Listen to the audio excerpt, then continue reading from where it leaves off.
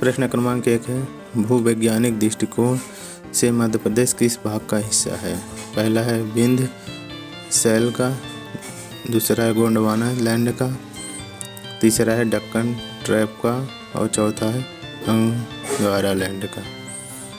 इसका सही उत्तर होगा गोंडवाना लैंड का।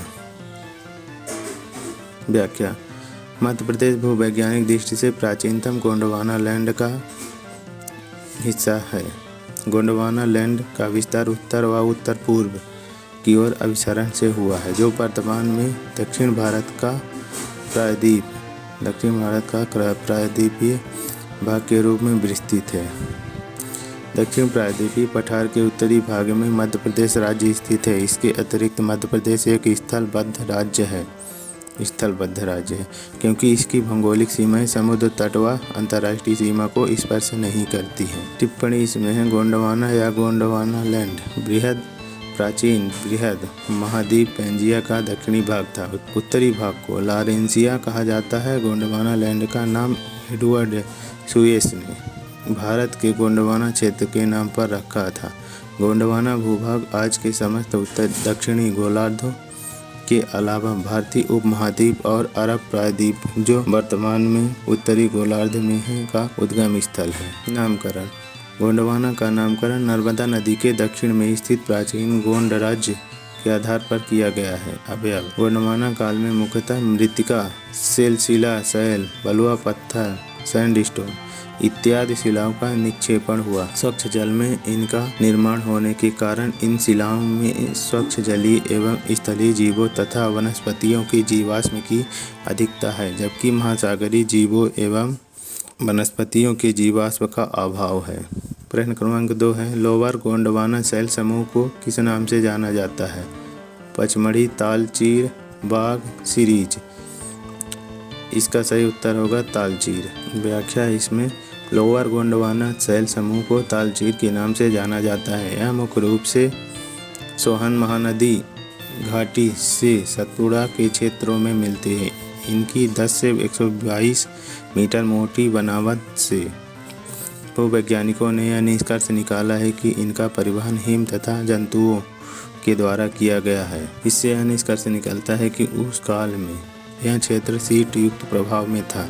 क्विज घाटी तथा मोहावानी के कोयला क्षेत्र तालचीर शैल समूह के अंतर्गत ही आते हैं। विशेष गोंडवाना समूह को मुख्यतः 3 वर्गों में विभाजित किया गया है। पहला है लोअर गोंडवाना समूह। लोअर गोंडवाना समूह की चट्टानें सतपुड़ा क्षेत्र में विस्तृत है। मध्य प्रदेश के मोहपानी और पेच घाटी कोयला क्षेत्र लोअर गोंडवाना समूह के अंतर्गत आते हैं। दूसरा है मध्य गोंडवाना समूह। मध्य गोंडवाना के शैल पेच घाटी देनवा एवं पचमढ़ी विस्तृत हैं। इस शैल समूह में बालू के प्रस्तर मिलते हैं। तीसरा है अपर गोंडवाना समूह। अपर गोंडवाना समूह की चट्टानों में कोयला, चूना पत्थर आदि खनिज पाए जाते हैं। सतपुड़ा क्षेत्र में इसे चौगान तथा अन्य क्षेत्रों में जबलपुर स्तर के नाम से जाना जाता है। प्रश्न क्रमांक 3 है, मध्य प्रदेश में प्रमुख रूप से किस प्रकार की चट्टानों का विस्तार पाया जाता है? आर्कियन, विंध्य, गोंडवाना, उपरोक्त सभी। इसका सही उत्तर होगा विंध्य। व्याख्या देख लीजिए इसमें, मध्य प्रदेश में आर्कियन, आद्य महाकल्प, धारवाड़, कुड़प्पा, विंध्य, गोंडवाना क्रम की चट्टानों के निक्षेप पाए जाते हैं तथा मध्य प्रदेश की भूगर्भिक संरचना का निर्माण आर्कियन काल से लेकर क्वाटरनरी काल तक की चट्टानों से हुआ है।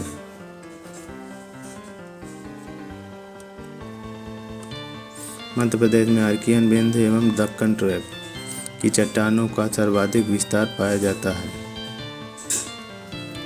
टिप्पणी देख लीजिए इसमें, चट्टानों का प्राचीनतम समूह जो कि आर्कियन कायांतरित तथा प्रोटेरोजोइक जीवन के प्रारंभिक समय में विकसित चट्टानों से मिलकर बना है, जिससे मध्य प्रदेश के लगभग 45% क्षेत्र का निर्माण हुआ है।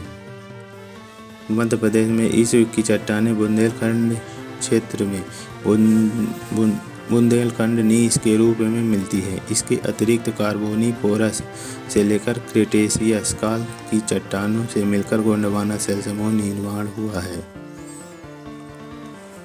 जिससे मध्य प्रदेश का लगभग 10% क्षेत्र एवं क्रेटेशियस एवं पैलियोसीन द्वारा निर्मित दक्कन ट्रैप की विशाल चट्टानों से मध्य प्रदेश के 38% क्षेत्र का निर्माण हुआ है। प्रश्न क्रमांक 4 है, मध्य प्रदेश में आर्कियन चट्टानों का विस्तार किस भाग में पाया जाता है? उत्तर पश्चिम भाग, उत्तरी भाग, पूर्वी भाग, उपरोक्त सभी। इसका सही उत्तर होगा उपरोक्त सभी।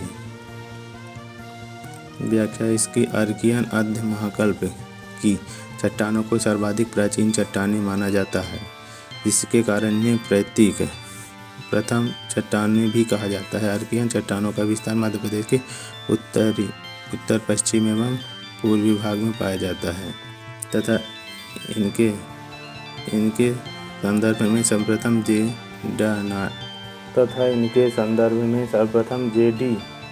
डाना ने परिचय करवाया था। पृथ्वी के ठंडा होने तथा इनके संदर्भ में सर्वप्रथम J.D. डाना ने परिचय करवाया था। पृथ्वी के ठंडा होने पर सर्वप्रथम इन चट्टानों का निर्माण हुआ। ये चट्टानें अन्य प्रकार की चट्टानों हेतु आधार का निर्माण करती हैं।